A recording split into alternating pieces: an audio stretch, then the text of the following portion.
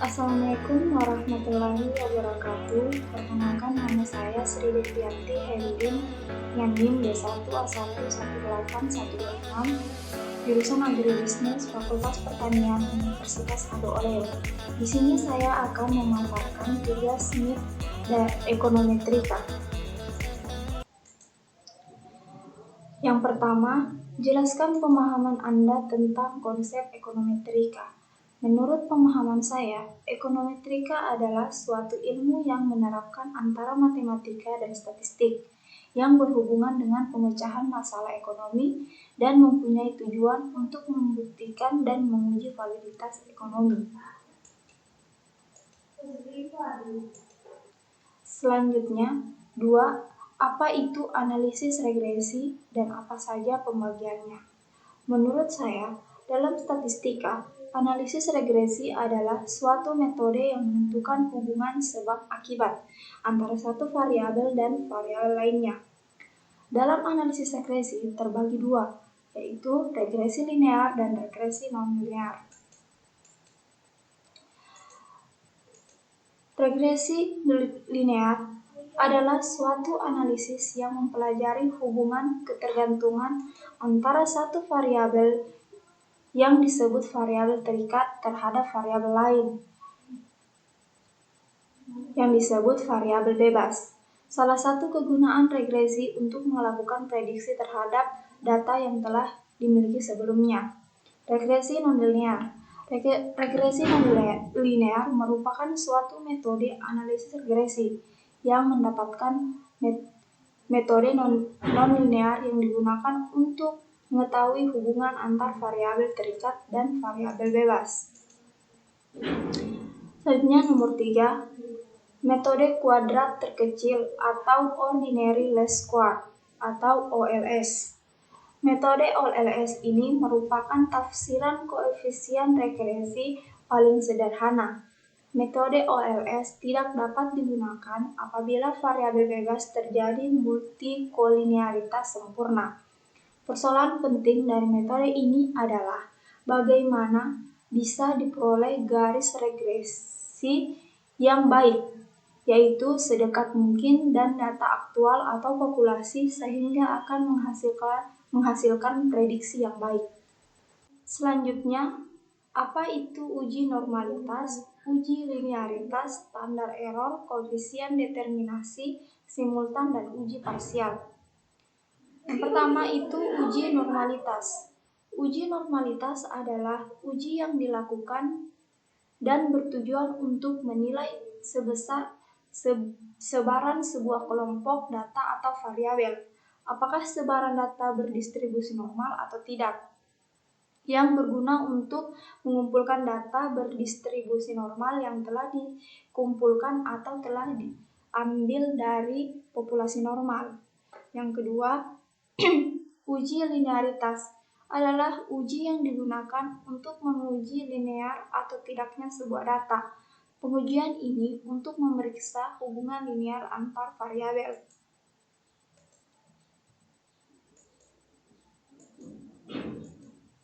Yang ketiga, yaitu kesalahan baku. Kesalahan baku adalah kesalahan standar mengacu pada simpangan baku dari distribusi statistik untuk mengukur tingkat ketepatan regresi dan koefisien regresi. Selanjutnya, koefisien determinasi. Koefisien determinasi adalah proporsi varians dalam variabel dependen yang dapat diprediksi dari variabel independen mengetahui kecocokan satu model dan hitung.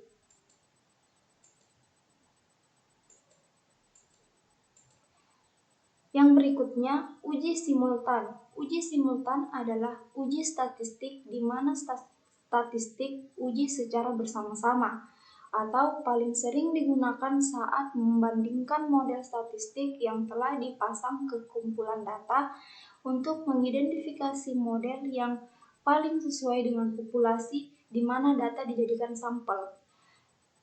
Selanjutnya, uji parsial. Uji parsial adalah uji yang pengujiannya secara parsial. Ini digunakan untuk mengetahui pengaruh secara parsial atau sendiri-sendiri antara variabel bebas dan terikat dengan melihat nilai T pada taraf signifikan 5%.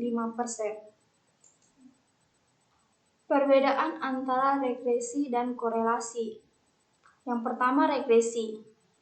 Perbedaannya yaitu regresi menunjukkan hubungan pengaruh, terus regresi mempelajari bentuk hubungan antara variabel melalui suatu persamaan. Kemudian korelasi, perbedaannya yaitu yang pertama, korelasi hanya menunjukkan sekedar hubungan. Yang kedua, dalam korelasi variabel tidak ada istilah tergantung dan variabel bebas.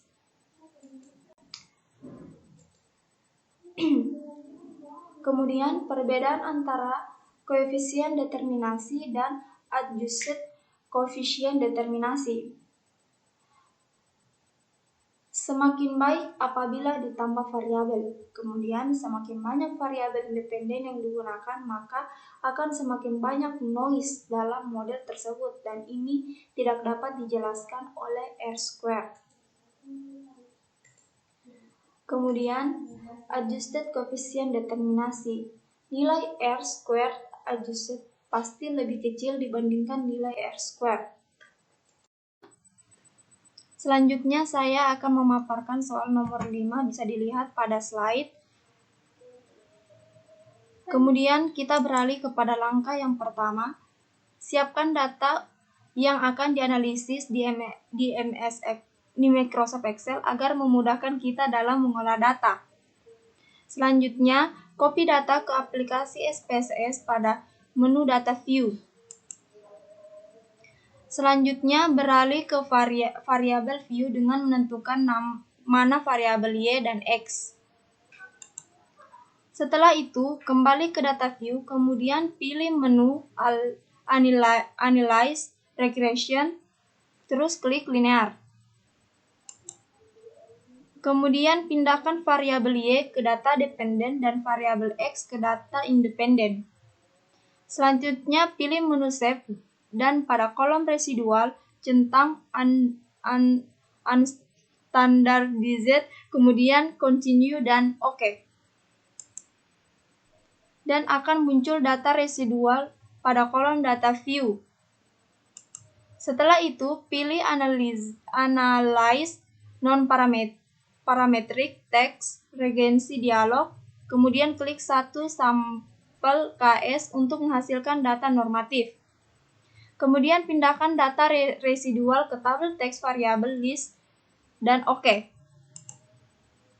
Setelah itu muncullah hasil output uji normalitas yang dimana hasil yang didapatkan pada kolom signifikasi 0,200 yang artinya nilai signifikan lebih besar 0,05, maka variabel distribusi normal.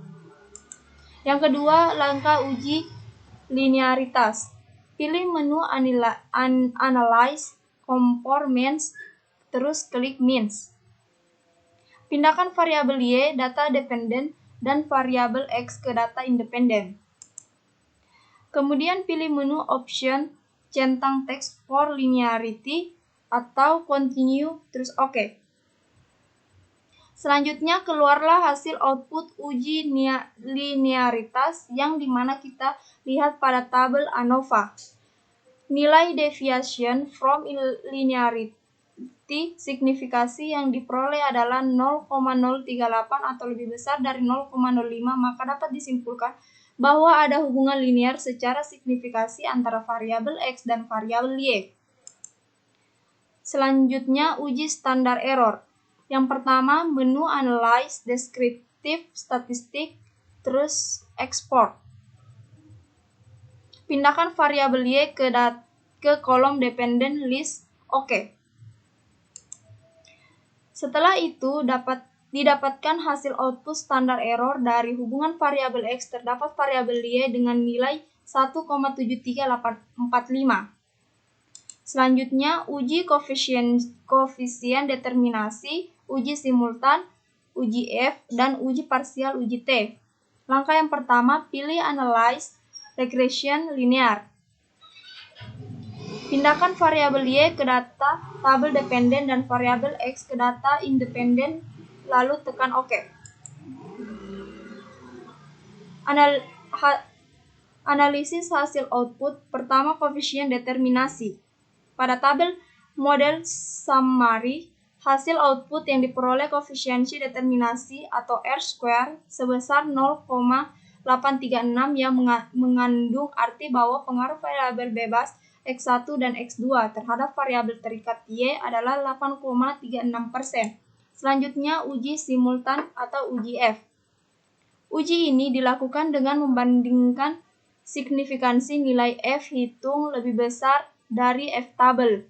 Maka cara mencari F tabel sama dengan K N kurang K sama dengan 2, 10 dikurang 2 sama dengan 2, 8 sama dengan 4,46 dengan tingkat kesalahan 5%. Maka berdasarkan hasil tabel di atas dapat dilihat pada nilai F hitung sebesar 17,899 dengan nilai F tabel adalah 4,46 sehingga nilai F lebih besar dari F tabel atau 17,899 lebih besar dari 4,46 di tingkat signifikan 0,002 lebih kecil dari 0,05, maka H0 ditolak dan H2 diterima. Dapat disimpulkan bahwa variabel X1 dan X2 secara bersama-sama berpengaruh signifikan terhadap kepuasan variabel Y. Selanjutnya, uji parsial atau uji T.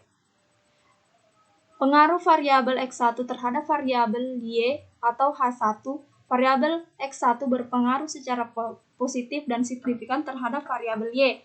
Hal ini terlihat dari signifikan X1 0,009 lebih kecil dari 0,05 dan nilai T tabel sama dengan alpha per 2 atau NK kurang 1 sama dengan 0,05 bagi 2, 10 kurang 2 kurang 1 sama dengan 0,025 dibagi 7 sama dengan 2,36462. Bila nilai T hitung lebih besar dari T tabel 3,544 lebih besar 2,36462, maka H0 ditolak dan H1 diterima. Sehingga hipotesis yang berbunyi terhadap pengaruh antara variabel X1 pada variabel Y berpengaruh variabel X2 terhadap variabel Y atau H2. Variabel X1 berpengaruh secara positif dan signifikan terhadap variabel Y. Hal ini terlihat dari signifikan X1 0,660 lebih kecil 0,05 dan nilai T tabel sama dengan alpha bagi 2 N kurang K kurang 1 sama dengan 0,0 bagi 2, 0 kurang 2 kurang 1 sama dengan 0,02 dibagi 7 sama dengan 2,36462. Berarti nilai T tabel lebih besar dari T hitung minus 0,459 lebih kecil 2,36462, maka H0 diterima dan H2 ditolak sehingga hipotesis yang berbunyi tidak terdapat berpengaruh antara variabel X2 dan variabel Y. Begitu saja pemaparan dari saya. Terima kasih.